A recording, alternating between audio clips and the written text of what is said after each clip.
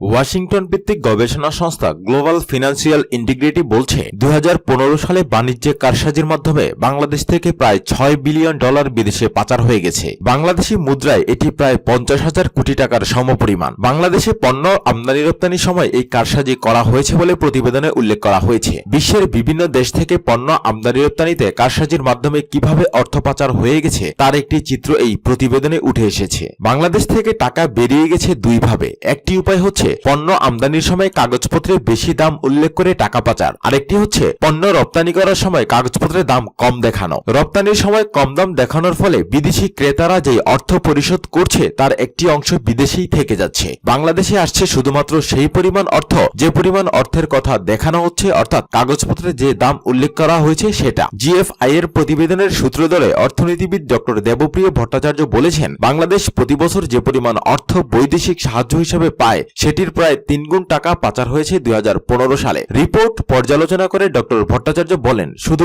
উন্নত দেশের সাথে বাণিজ্যের ভিত্তিতে এ পরিমাণ অর্থ বাংলাদেশ থেকে বেরিয়ে গেছে। তিনি বলেন, বেশি দামের জিনিসকে কম দাম দেখিয়ে পাঠানো হচ্ছে এবং সেটার ভিত্তিতে কম টাকা দেশের ভেতরে আসছে। আবার অনেক ক্ষেত্রে প্রকৃত দাম দেখিয়ে রপ্তানি করা হলেও টাকা আদৌ দেশের ভেতরে আসেনি। বিশ্বের বিভিন্ন দেশ থেকে এভাবেই অর্থ বেরিয়ে গেছে বলে উল্লেখ করা হয়েছে প্রতিবেদনে। পণ্য আমদানি রপ্তানির ক্ষেত্রে দাম কম বেশি যেমন দেখানো হয়েছে, আবার পণ্যের মান এবং পরিমাণের ক্ষেত্রেও কারসাজি করা হয় এমন কথা উঠে এসেছে প্রতিবেদনে। বাণিজ্যের মাধ্যমে কারসাজি করে অর্থ পাচারের তালিকায় বিশ্বের 30টি দেশের মধ্যে বাংলাদেশের নাম রয়েছে। অনেক সময় পণ্য আমদানি রপ্তানির ঘোষণা থাকলেও বাস্তবে খালি কন্টেইনার আসা যাওয়া করেছে এমন উদাহরণও রয়েছে বলে উল্লেখ করেছেন ডক্টর দেবপ্রিয় ভট্টাচার্য। তিনি বলেন, এই ব্যক্তিরা বিদেশে প্রয়োজনের জন্য যতখানি না নিচ্ছেন তার চেয়ে বেশি হলো ওনারা কর ফাঁকি দিচ্ছেন, ওনারা শুল্ক ফাঁকি দিচ্ছেন। দেশের স্থিতিশীলতার কথা বিবেচনা করে অনেকে দীর্ঘমেয়াদী এবং মধ্যমেয়াদী অনিশ্চয়তার কারণে পুঁজির সুরক্ষার জন্য অন্যত্র টাকা রাখছেন বলে অর্থনীতিবিদরা মনে করেন। তবে এই তালিকায় অর্থ পাচারের যে চিত্র দেখানো হচ্ছে, বাস্তবে অর্থ পাচার তার চেয়ে অনেক বেশি বলে আশঙ্কা করা হয়। জিএফআই বলছে,